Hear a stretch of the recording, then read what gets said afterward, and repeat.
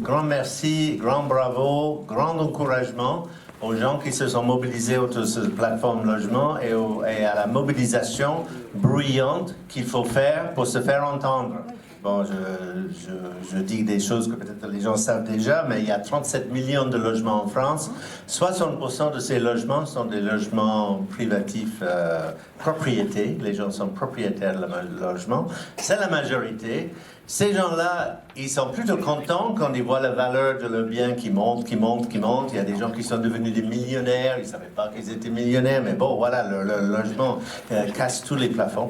Alors, c'est sur cette opinion-là que le gouvernement s'appuie pour mener sa politique antisociale qu'Alain a décrit, casser le logement social, le marchandiser, réserver le logement social pour les très pauvres, tous les autres accédant à la propriété, même s'ils sont obligés de couper les 4 veines pour le payer. Donc, il faut se faire entendre. Et donc, c'est ça que, là aussi, la manifestation du 26 mars va être très importante. Donc, ça, c'est juste un premier point que je voulais dire. Ensuite, sur la question des foyers, parce que moi, je suis là parce que je suis militant de longue date dans les foyers de travail immigré. Je ne suis pas habitant, mais depuis 40 ans, je balade là-dedans. Je connais relativement bien la situation. J'étais assez frappé en regardant le rapport de la Fondation Abbé Pierre, que quand ils parlent de le 4,1 millions de mal logés, ils mettent les 30 000 personnes qui sont dans les FTM non traitées, les foyers de travailleurs migrants qui n'ont pas été réhabilités. Ce qui suppose que les 70 000 autres qui sont dans les foyers de travailleurs migrants qui ont été reconstruits et qui sont maintenant des résidences sociales, ils sont bien logés selon leurs critères à eux. Bon, nous, je pense que les gens qui connaissent ces logements et qui connaissent les gens peuvent contester tout à fait cette appréciation. Parce que qu'est-ce qui se passe quand un foyer est rénové?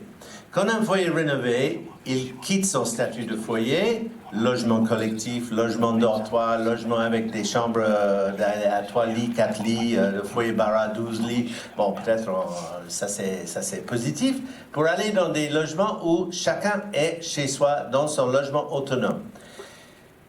On m'a demandé de parler aussi des baux précaires, des contrats de location précaires ou des bails mobilité, qui sont des solutions du gouvernement libéral en disant aux propriétaires, écoutez, il y a une crise du logement, vous avez du mal à louer votre truc, on va casser toutes les règles, vous pouvez louer comme vous voulez, pendant 9 mois, 1 mois, 10 mois, après les gens s'en vont, ils ne peuvent pas protester. Bon, ça c'est leur solution à eux. Dans le foyer, dans la résidence sociale, on a un contrat qui est à mi-chemin entre un bail de location de droit commun et un de ces contrats à location précaire.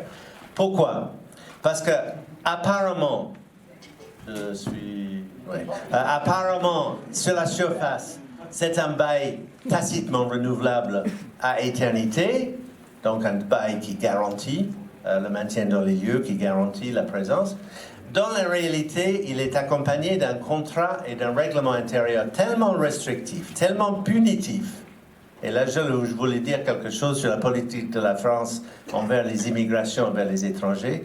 C'est, à mon sens, de ce que je comprends, le pays en Europe qui utilise une pratique ou une politique punitive envers ces immigrations et envers ces minorités. C'est le pays en Europe qui promeut la souffrance humaine pour pouvoir décourager les gens de venir. Je trouve que c'est un scandale absolu et qu'il faut soutenir tout ce qui va dans le sens de combattre cette politique-là. Dans les foyers, si vous hébergez quelqu'un, si vous hébergez un frère, si vous hébergez un fils, si vous hébergez votre femme, vous pouvez être expulsé.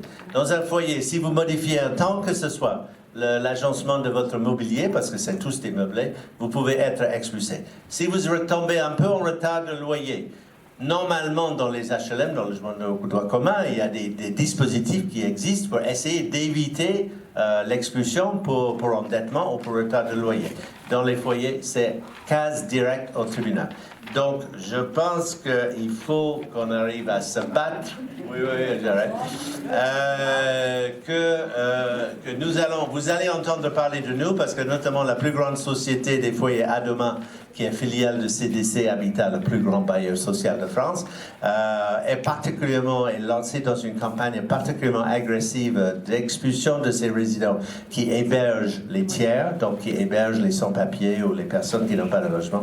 Et vous allez entendre parler d'actions dans les semaines qui viennent.